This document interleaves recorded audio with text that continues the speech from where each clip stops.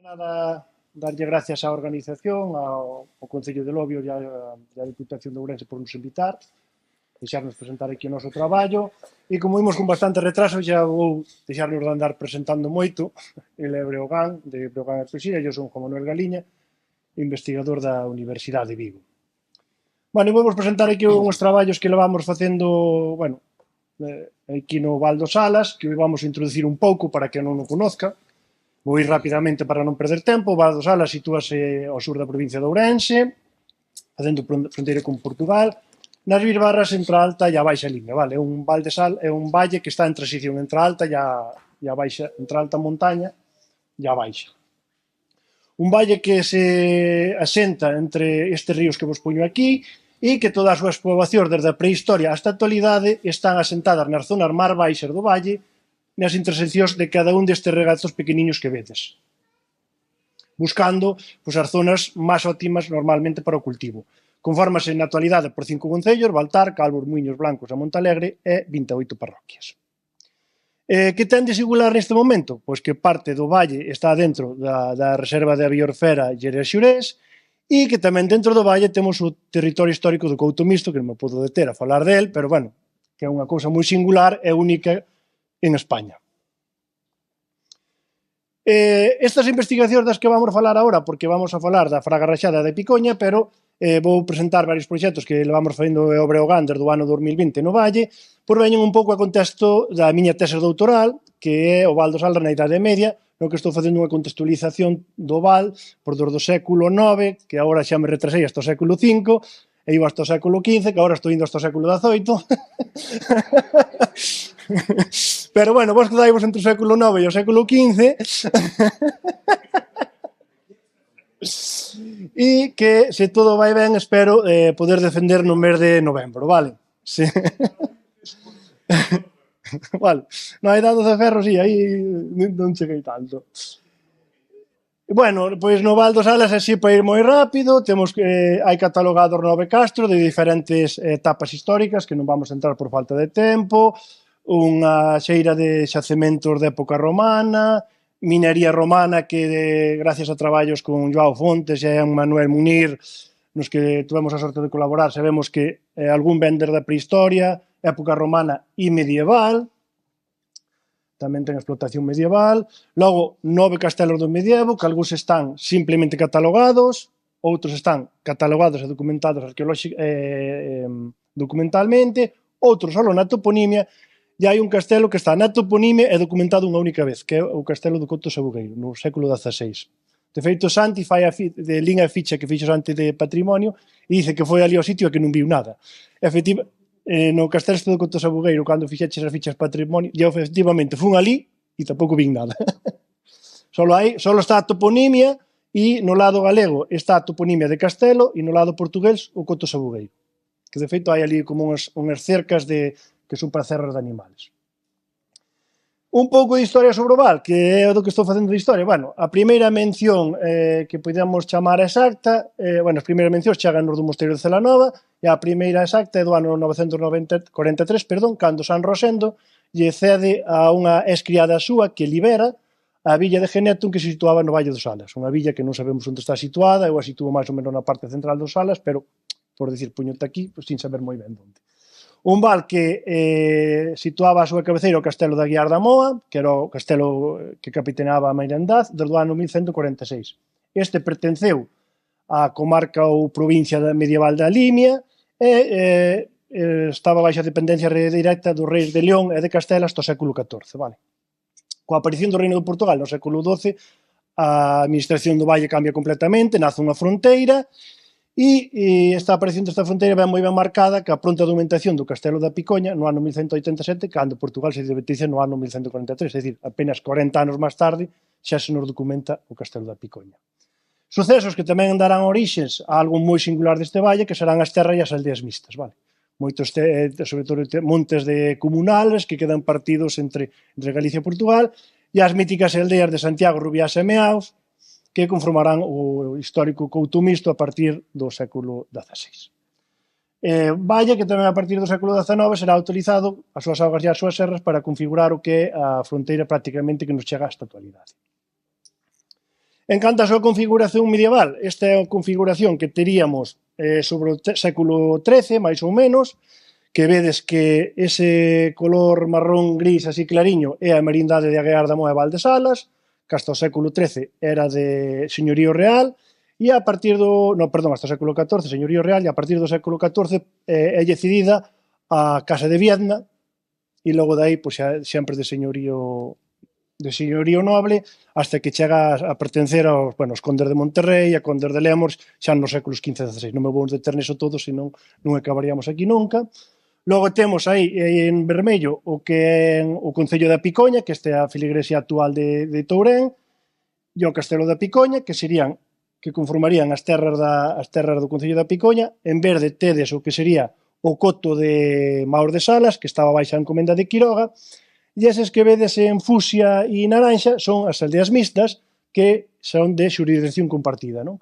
Os portugueses debíanlle pleitesía ao rei portugués e pagaban os seus tributos no Castelo da Picoña, e os galegos debíanlle o seu tributo aos reis de Castela e de León e pagaban os seus tributos no castelo este que acabamos de falar, que era o Castelo da Aguiar da Moa, que se situaba aquí onde vedes eso que pon Penedo de Raíña Loba, Outeiro da Fraga e o cementerio, vale? Que é un gran complexo defensivo que está por estudiar, pero que creo que vai revelar grandes cousas. Un pouco para ir rápido, os proxectos que levamos feito no Val dos Salas, pois desde o ano 2020 tivemos proxectos de colaboración co Concello de Calvor de Rendín, onde actuamos na zona do Couto Misto, Castelo da Picoña, Aldea da Pena, proxectos promovidos co Concello de Baltar, que fixemos un análise do seu patrimonio arqueolóxico e cultural, excavacións e sondaxes nas minas, ademais de excavacións no Castro da Boullosa, que é un castro da Idade do Ferro, pero que tamén ten ocupación medieval.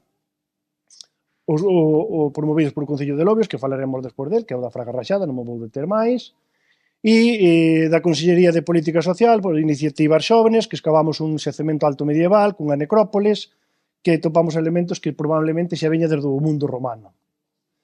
E logo proxectos de colaboración, que un xa vos falou antes Igago del, que é o da excavación arqueolóxica do convento de Alta Raya, nós non participamos nel, pero non vamos a equipa que se sepa que se fixo, e os das minas das Muradellas, da Casa Velázquez e Concello de Baltar, no que tivemos sorte de participar nestas campañas en colaboración con Emma e Joao.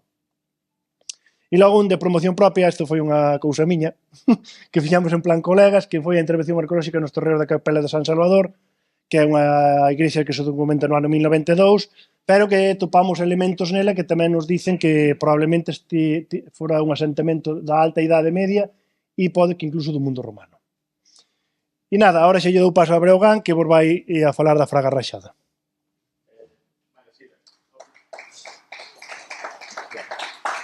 Vou eu aquí. Bueno, dentro dos sitios fortificados medievais que citou Juan, bueno, aquí sabedes que todos estes proxectos o que se foron é a través de unhos medios e outros con iniciativas moitas veces veciñais a proposta nosa coa colaboración de concellos e pedindo subvencións a diferentes institucións, podemos levar a cabo diferentes proxectos en diferentes puntos, sempre tratando de contextualizalo no estudio que está capitaneando ou levando a cabo Juan, non? Isto quere dicir, isto ven ao caso, quer dicir que non existe un gran proxecto xeral financiado cunha única vía económica, senón que o que tratemos é facer encaixe de bolillos, collendo aquí e alá, pero centrando sempre, tendo sempre presente cal é a vía investigadora xeral, non? Dentro de que son os castelos medievais, traemos aquí dous en concreto. Un é o da Fraga Raxada e outro é o Castelo da Picoña. Os proxectos empezaron no Castelo da Picoña, pero vamos falar primeiro da Fraga Raxada por un tema cronolóxico, non? A Fraga Raxada veremos que se sitúa na primeira época no Alto Medievo e o Castelo da Picoña xa é moito máis avanzado no tempo, non? Son contextos moi diferentes e sacando datos intentaremos facer unha especie de comparativa ou unha evolución destes espacios, non? Bueno, este é o espectacular monte da Fraga Raxada na parroquia da Cela en Lobios. no que partimos dunha información oral e unha ficha de patrimonio na que únicamente falaban dunhas ruínas ou dunha escombreira casi que había no alto do monte que chamaban a Casa dos Mouros, non? Que a xente identificaba como que ali había unha torre en tempos, bueno, entonces unha torre de control territorial. Cando fomos facer a primeira prospección, antes de realizar as limpiezas, xa empezamos a ver que isto era moito máis que un punto no máis alto onde había unha ruína, non? Identificamos diferentes plataformas, como vedes, distribuída en 4 espacios aplataformados e en cada un deles ten a súa peculiaridade, non? Vou intentar ir rápido e non pararnos moito nestes detalles. Juan, pasa aí, que agora non vai. Tú dime, eu. Sí, vale. Diferentes vistas destes espacios. Dai, que así non vamos avanzar, vale. Empezaron a aparecer nas plataformas máis inferiores barros cocidos, pedras traballadas, que sí que nos referían os veciños e que había moas de muiño que iban tallar ali e tal. Bueno, entonces pode ser unha parte máis etnográfica que arqueolóxica, si permite esa diferenciación. Pero empezamos a ver xa pedras recolocadas entre os penedos, non? E barros cocidos, como digo, correspondente a tellas. Vale, xa subindo máis hacia o monte, na segunda plataforma, empezamos a ver os primeiros alineamentos claramente constructivos, que aquí tamén tuvemos o problema que igual que dos campamentos, de que é estrutura arqueolóxica e que é un valado de fincas, non? Este é un muro de doble cara que está cortando perfectamente o paso directo hacia o espacio que logo identificamos como fortificación, entonces xa identificamos como ese primeiro, non sei se chamarei muralla, pero sí como unha primeira línea defensiva ou protectora. Vale. Na plataforma siguiente, xa, bueno, no espacio inmediatamente anterior ao que chamamos o espacio central ou a plataforma central do castelo, sí que apareceron un montón de alineamentos pétreos aproveitando os afloramentos, unhas construccións moi sinxelas que non é máis que penedos ou trozos de penedos cortados ali mesmo e recolocados formando unha especie de espacios non moi grandes, pero que sí que tamén combinaban con rebaixes nos laterales das pedras e tal, bueno, este espacio non o podemos limpiar todavía porque os traballos se centraron na parte superior, pero vanse identificando estructuras que identificamos como vivendas, non? Que sería unha aldea ou unha vila que, además, constructivamente é moi semellante a outra que localizamos en Calvos de Randín, a aldea de Pena, que, bueno, tuvo bastante repercusión mediática, un sistema constructivo moi sinxelo, non? Este seguramente moito máis anterior á Pena, non? Pero que o sistema constructivo é o mismo, unha aldeas moi básicas, construccións moi básicas de aldeas de montaña, non? Bueno, estos son diferentes lecturas deses alineamentos. Vai pasando, Juan. Vale, isto todo combinado con aparición de tellas, etcétera. Este xa é a plataforma que chamamos a plataforma central, que é a plataforma máis amplia, un espacio, é un espacio moi amplio, que se descubriu moito máis amplio unha vez que se limpiou, con pequenos subespacios e tamén encontramos estruturas destas de tipo constructivo. Pasa. Na parte superior, por fin, chegamos á parte, esta visión contraria do que viñamos dando, o espacio que chamaban a Casa dos Mouros, que dice que hai unha gran cantidad de derrumbe, de cachotería, e xa empezaron a aparecer tamén os primeiros materiais cerámicos en superficie. Vai pasando. Vale, bueno, esta é unha imaxe que cortando, bueno, que tamén identificamos os camiños de subida que van comunicando un espacio e outro, que van aproveitando como pequenas gargantas entre os afloramentos rocosos, e por onde se sube uxe, que é por aquí, non, uxe súbese por aquí, pero daste conta que vas subindo e vas cruzando estruturas que antiguamente cortaban, non? Entón, o que identificamos como paso original foi este. Este sí que se ven espacios rebaixados como unha especie, como se foran para colocar unha especie de chanzo, estruturas de madeira ou así, que permitiría o acceso ao espacio superior que este de aquí, non? Que pasa? Que ao chegar ao espacio máis alto hai unha gran fraga que rachou e bloqueou ese espacio, non? Entonces creemos que ese podería ser o que lle deu nome realmente a fraga rachada, non? Bueno, esta é unha interpretación de todos eses espacios que fun describindo, non? O camiño orixinal que chega hasta o alto vai pasando por estes espacios exteriores, o sector que lle chamamos da aldea ou da vila, o espacio central onde tamén identificamos diferentes espacios constructivos e a parte superior tamén onde está a suposta torre, ou, bueno, logo veremos o que creemos que, e ese espacio, unha especie de patio de armas, o que hai que deixar, cunha superficie total de 2 hectáreas de xacemento. O sea que partimos dunha especie, dun lugar único solo cun derrumbe a un espacio arqueolóxico de máis de 2 hectáreas. Planteamos diferentes sondaxes en diferentes sectores do xacemento.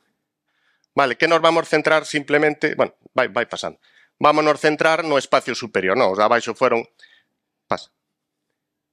apareceron, pudemos determinar que había espacios con entalles e buratos que para xiros de portas, pedras que marcan os límites, moas de muiño, trozos de tella e barro cocido, unha sondaxe central no espacio central que non deu estratigrafía nin deu máis datos que a presencia de moita tella e incluso algún burato de poste, o sea que nos está testificando ou testemunhando a presencia de construccións precedeiras. Material cerámico de cronoloxía medieval, non se pode dicir moito máis porque é unha cerámica moi sencilla, outras sondaxes que deron negativa, isto ao final resultou ser un balado de fincas, E centrámonos, o sea, planteamos unha sondaxe en L, no espacio superior, non? Pasa a que se ve a planta superior. Vale. Aquí temos ese espacio superior, todo ese derrumbe que se identificaba xa de inicio, vale? E planteamos unha sondaxe en L para tratar de relacionar aquí onde se vían unhas pedras colocadas entre os afloramentos naturais e aquí onde parecía que asomaba unha pequena línea de muro, non? Entón, bueno, o que define é, que logo veremos as fotos en detalle, o que define sí que claramente unha construcción poligonal irregular, non é nin cuadrada, pudera ser pentagonal como a da Picoña, eso non sabemos, porque claro, o ideal sería ampliar todo este espacio a ver que clase de construccións temos, porque isto sí que constructivamente pasa. Ou a foto anterior, pon a foto anterior. A que se ve o muro. Isto que chamaban a Casa dos Mouros, que parecía que como era un montón de pedras, sin máis, non era máis que eso, non? Pero sí que vemos que constructivamente apareceu este muro de sillería máis regular, ben escuadrada, e ben construída, que difire totalmente cos construcións da baixo da vila ou da aldea, o sector da vila que chamábamos, non? A sorte foi, a pesar da sinxeleza estratigráfica que había, a sorte foi que pudemos documentar unhos niveis moi claros, constructivos. Esta área de cachote ou de grava que vedes aquí é o recheo da recolocación. Aquí hai unhos afloramentos naturais. Recolocaron unhas pedras que serviron de base para a construcción posterior. Nestes recheos claramente intencionados, localizamos unhos huesiños pequenos, posiblemente de pequeno animal, aproveitados de restos culinarios, que nos permitiron datalos, por tanto, estamos datando o ano, ou a época de construcción desta construcción. Perdón. Depois atopamos un nivel de fogueira que aquí xa foi máis difícil de identificar se era un nivel de uso ou xa o último nivel de ocupación, que foi polo que finalmente nos decidimos digamos que a opción máis válida en función da estratigrafía, incorporando un muiño nesa fogueira e tamén podemos extraer datos radiocarbónicos. Pasa. Bueno, esta é a lectura tal. Moitísima cerámica de mesa, de cronoloxía claramente medieval, un tipo de xarriña bastante curioso, unha xarriña bonita, pequeniña, tamén de pastas características medievais, e logo algún anaco de tégula e algunha cerámica que se nos escapa polo tipo de pasta e pola tipoloxía que igual se nos escapa un pouco do ámbito pleno medieval, non? Falamos sempre de pleno medieval, a verdad que cando estábamos aí non sabemos moi ben a que nos enfrentábamos, logo os datos radiocarbónicos e os datos arqueolóxicos así non lo testemunharon, non? Aquí temos as dúas datacións, a datación que nos deu nos niveles de recheo constructivos, que nos deu unha datación de principios do século IX, e un período de ocupación, tendo en conta que se este nivel é xa un nivel destructivo, o último nivel de ocupación desta estructura, que nos leva a principios do século XI. Entón, é un período de ocupación moi pequeno para que un xacemento destas características. Eso en canto a Fraga Raxada. Logo, o Castelo da Picoña, Juan, dalle brasa. Nada, eu así agora un pouco a historia documental do Castelo da Picoña. Nada, o que vos dicía antes, que o Castelo da Picoña, a primeira mención documental que temos é do ano 1187, dun documento de Sancho I que seguramente dorme no Castelo da Picoña para dirixirse ao Castelo de Lindoso. Entonces describe que está aí e que logo se vai para outro castelo, simplemente eso. O importante deste rei é que é o rei que lle otorga o primeiro forar a este castelo, no que o castelo, xunto ca aldea de Tourén, alcanzan a dignidade de villa e de cabeza de terras de concello. No ano 1258, bueno, este é un resumen moi rápido da documentación, hai moita máis. No ano 1258 volve a aparecer nomeado o castelo nas Inquisicións Gerais do rei Alfonso III, onde se nomea a terra de Rexencio da Picoña, que tiña baixa a xurisdición, entre outras partes das aldeas mixtas de Rubiás, Meaus e Sampaio. No século XIII, cando documentamos as primeiras reformas sobre o castelo, son reformas que levará a cabo o rei portugués Alfonso III e Denis I de Portugal, a raíz de que Alfonso III enfréntase nunha guerra por o trono co seu irmão Sancho II e o castelo queda moi deteriorado, entonces decide reformalo. E logo don Denis se suma esa corrente europea que estaba vendo en Europa da reforma dos castelos románicos aos castelos góticos e decide reformalo tamén para que pase de ser un castelo simple destes románicos que eran para resistir asedios a pasar a ser un castelo gótico que aparte de resistir asedios tamén serviría para dar leña, salir para fora dar leña. No século XIV, entre 1336 e 1339, produce a guerra entre Alfonso IV de Portugal e Alfonso I de Castilla e o Castelo da Picoña tamén sofre moitos daños durante a guerra, polo que o rei portugués se ten que coller e volvelo reformar e arreglar. No século XV, sabemos que o Castelo da Picoña máis as súas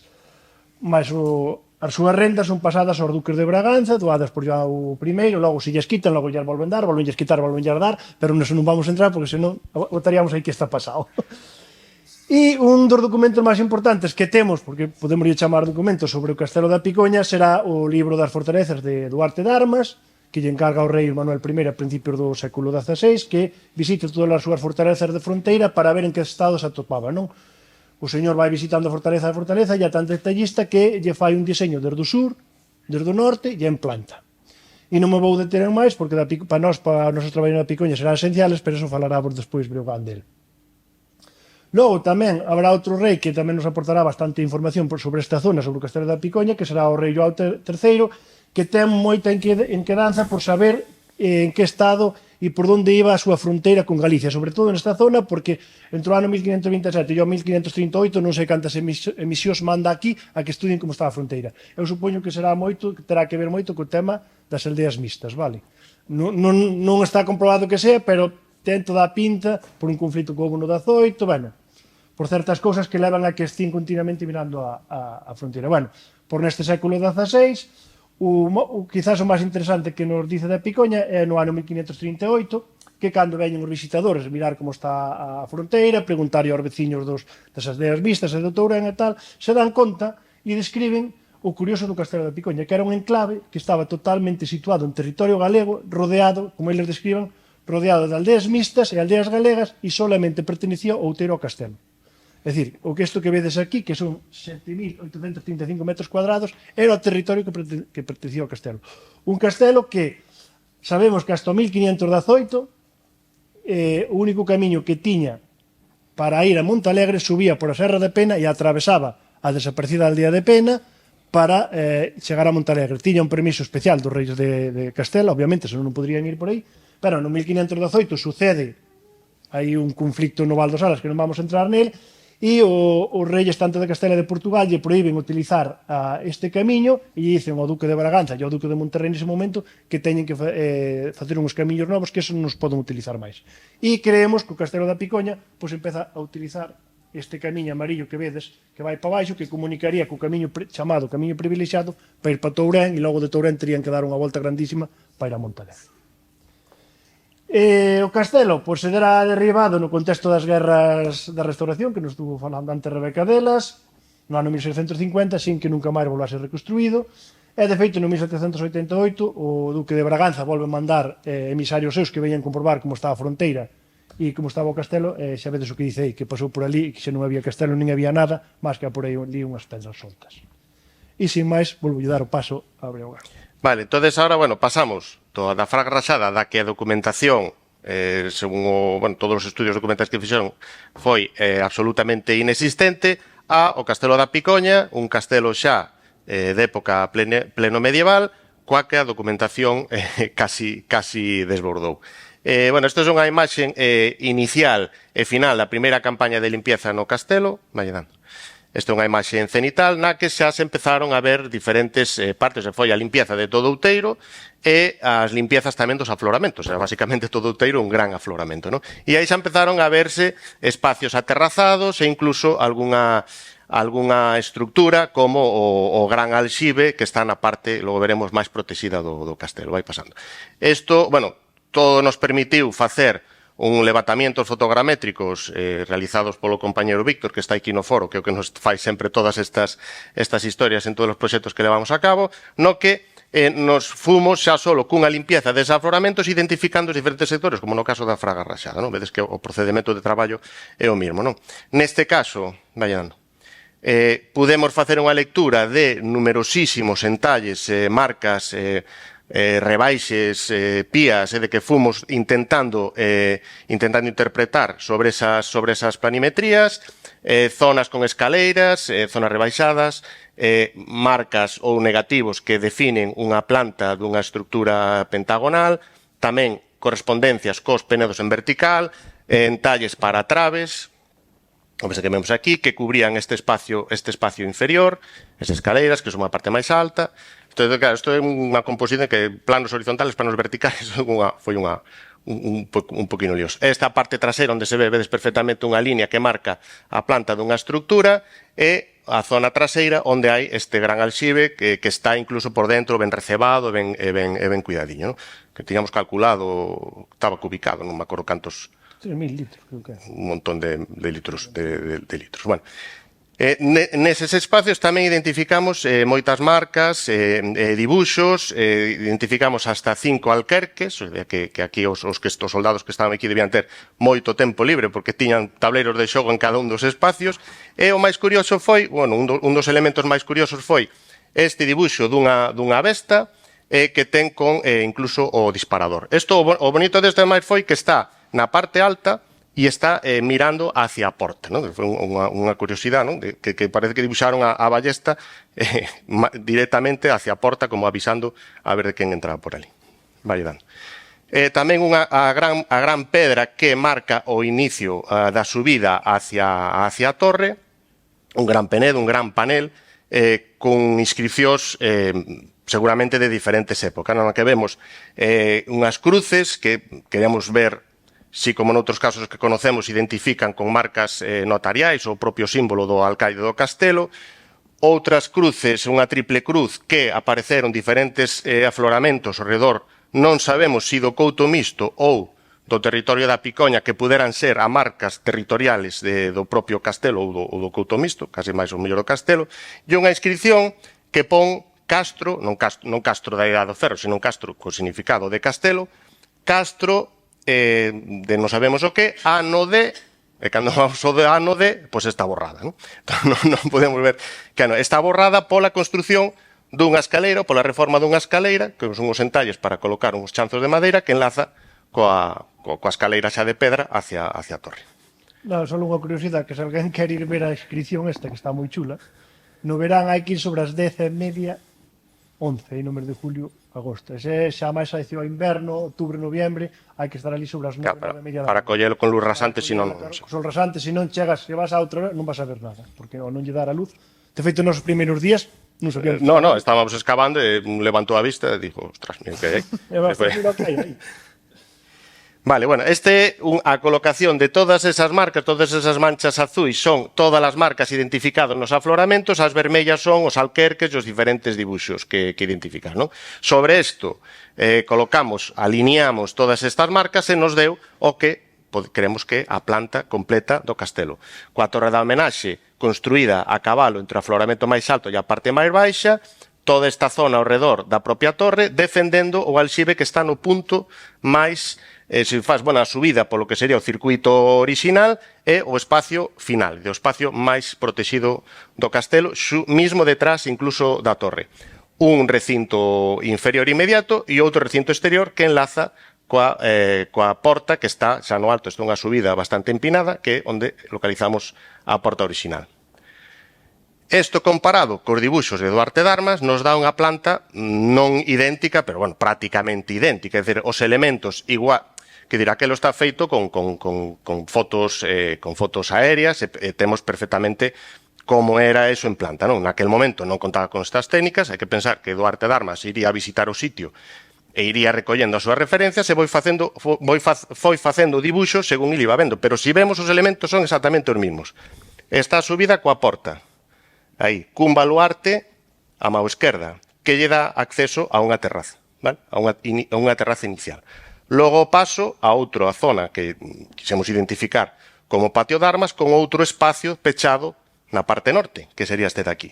E logo a subida á torre, que ten a mão dereita, según subes a torre, ou unha estancia que nos tamén temos aquí unha estancia que está toda repicada no chan. E o paso que vai rodeando a torre hasta o alxibe. Desde que é fiel, super fiel. Vale. Estes son os dibuixos que temos en alzado, tamén de Duarte de Armas, tamén representa unha torre que non queda nada dela, pero temos identificado o sitio na aldea de Randín, que o vemos estaba xa inutilizada, ¿no? Que esta brecha que significa que, pues sabemos que cortaban, isto sabe mellor Juan, que cortaban, o que facían era facela inestable, non? Xa non útil para a defensa. Entonces, cando se dibuixan así, que a torre xa estaba inutilizada. Dalle. Montando estes dibuixos sobre os modelados reais tridimensionais feitos con fotogrametría, vemos que encaixa a perfección, non só en planta, sino que en alzado. Incluso se ve a roca superior onde iría a escalera, que é unha cousa, a verdad que isto foi moi curioso. Dalle. Logo, vamos ir xa máis rápido, fixemos dúas campañas de excavación, unha no patio central que nos permitiu recoller restos culinarios que nos levaron a última época no século XVI, a porta cos diferentes elementos, e o único resto estructural que afloraba era a esquina norte do recinto exterior, que viría sendo esta parte de aquí, que excavamos 2 anos despois, e apareceron xa estructuras onde creíamos que non había ningún tipo de estructura constructiva, pois hai non só unhas, sino varias construcións. Valle dando. Estos son diferentes imaxes das estructuras, que tamén se ven 2 fases constructivas, un preparamento dunha terraza e un muro de sillería moi boa que que empeza a cerrar hacia outro lado. Restos de carbón, isto simplemente para que vexades os restos que nos he estado. Material todo de época medieval, moi uniforme todo. Puntas de ballesta, que nos recorda aquela ballesta dibuixada no alto. Moedas do século XIII-XIV, a empuñadura dunha daga. Os restos culinarios que atopamos que nos levaron ao século XVI, a última época de ocupación do castelo. E esta imaxe superior dese resto, que temos unha preparación exterior como unha especie de plataforma e a construcción xa en bosillares que cerraría todo por aquí, envolvendo isto sería a línea exterior de muralla do castelo. Este é o mismo o sector xa aquí montado sobre a fotografía anterior. Xa está, o que sempre tamén tratamos de facer nestes proxectos que estamos facendo nos salas é deixar, digamos, un poquinho de poso para a comunidade local, non? Sobre todo cando se implican da maneira que se implicaron tanto os veciños de Randín e Vilar en Calvos como os da Cela en Lobios, non? Entón, colocamos unhos paneles interpretativos de todo o espacio, este o da Picoña, pasa, e este o da Fraga Raxada. Como as rutas. Sí, abrindo as rutas e os camiños e tal. Entón, xa para concluir, eses 2 exemplos que temos dos inicios, digamos, da Idade Media ou dun espacio alto medieval identificada como un asentamento fortificado, como é o caso da Fraga Raxada, entón, sabemos que é un asentamento fortificado de época alto medieval contra a Picoña, que é un castelo medieval xa destes tipo roqueiro, en contextos moi diferentes, non?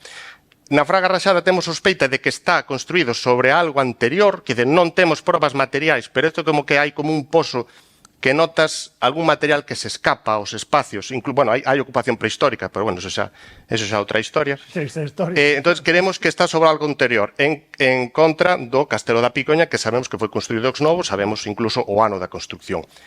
No caso da Fraga Raxada, hai a presencia desa torre superior cunha vila a todo o redor, o sea, cun espacio habitacional fortificado, en contra do Castelo da Picoña, que está construído nun claro contexto de defensa fronteiriza ou de control territorial. Nese novo contexto fronteirizo, e o que non sabemos, por exemplo, no caso da Fraga Raxada, para que subiron e construíron ese espacio defensivo, que, como digo, é máis unha recolocación de pedras para formar espacios fortes ou espacios facilmente defendidos aproveitando os afloramentos naturais, non? De que se defendían ou de que estaban fuxindo? Unha época século X, inestabilidade, normandos polo norte, musulmanes polo sur. Igual non hai que ir buscar o inimigo tan longe, senón mellor as propias conflictividades internas levaron a estas comunidades a quererse defender do mismo veciño, pois son cousas que faltan todavía por definir. Xa está. Dalle. Eso.